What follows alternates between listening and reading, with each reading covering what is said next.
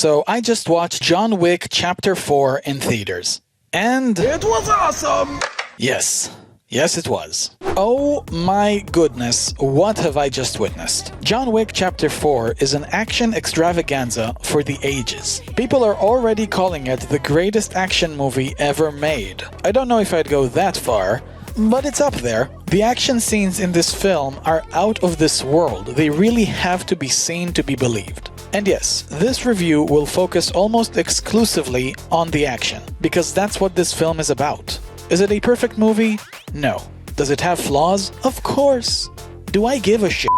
Nah, man. This movie was fun as hell, and I'm gonna sing its praises.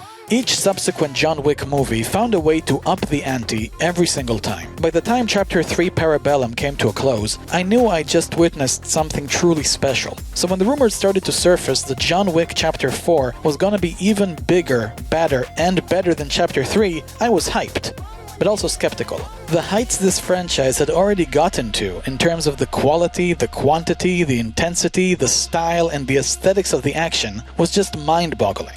And somehow, Chapter 4 is the peak. This movie has some of the best action set pieces I've ever seen, period.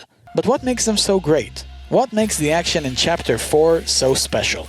Well, there are 3 reasons: presentation, drama, and character.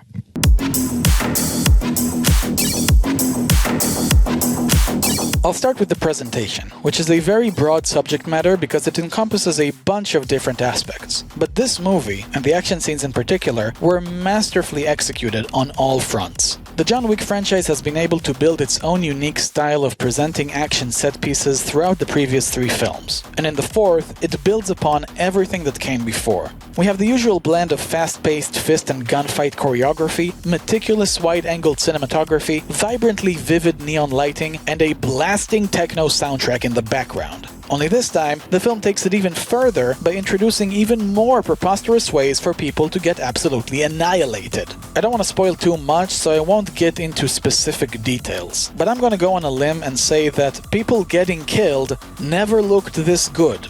Ever.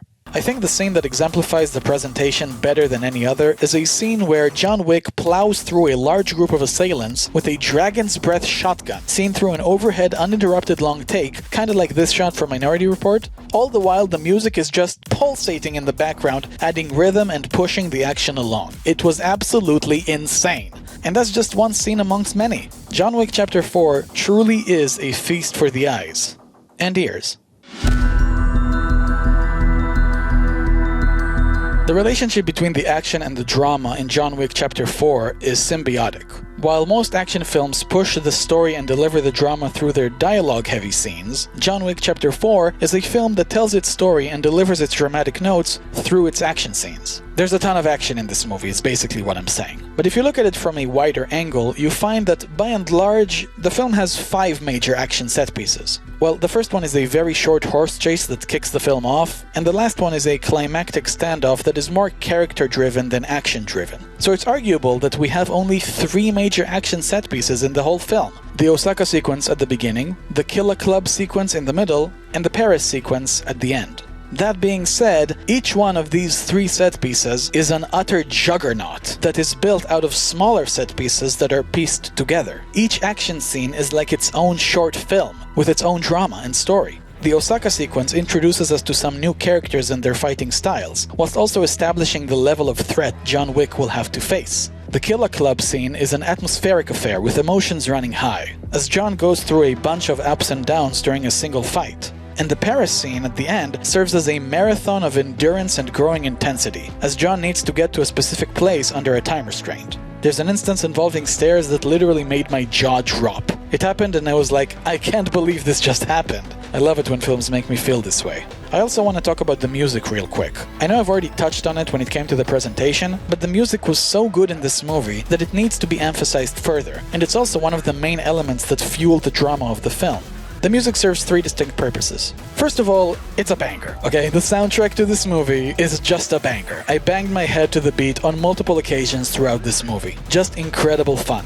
2, it serves as a tempo to the action. The music in this movie blasts hard, and the action follows suit. That way they complement one another. And 3, the music serves as an added layer of drama. During certain fight scenes when John Wick is down, the music slows down as well in order to emphasize how our hero is getting bested, only for the music to speed back up just in time for John to make his comeback. Also, the finale incorporates music into the action in a really great way that I won't spoil. I'll just say that the music is an integral part of the finale, and the film as a whole. This film has the strongest cast of characters out of any of the John Wick films. And it's not as if the characters are deep, complex, or particularly well written, they're just really authentic. They feel like an inseparable part of the world of John Wick.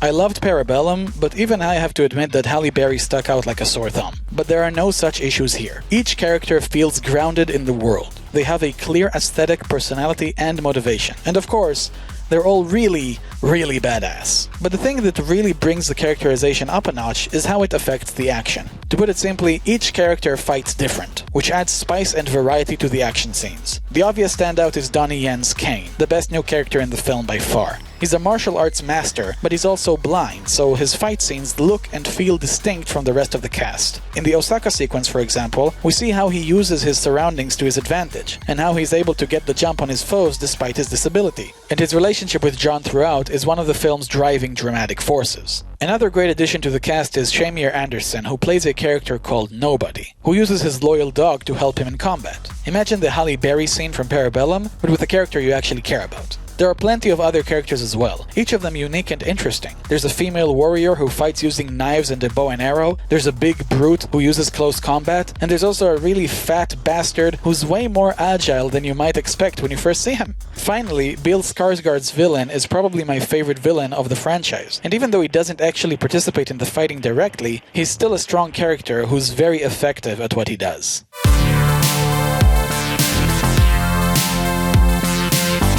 I can gush about this film for hours. There are so many cool moments of exhilarating action that I didn't mention, that you should just go and experience for yourselves. It's also just a fun movie that doesn't take itself too seriously. It has a bunch of winks to the audience, like that Lawrence of Arabia reference at the very beginning. I wonder if people caught that. Sure, the film isn't perfect, Keanu Reeves' acting is laughable, the story is so basic it's practically non-existent, and the film asks you to suspend your disbelief a bit too much on more than one occasion, but if I'm being absolutely honest, I didn't care in the slightest. In my opinion, the John Wick franchise, and Chapter 4 in particular, managed to transcend the action genre and reach a level unique to itself. These films don't follow the normal rules of narrative filmmaking, so we shouldn't judge them by those rules.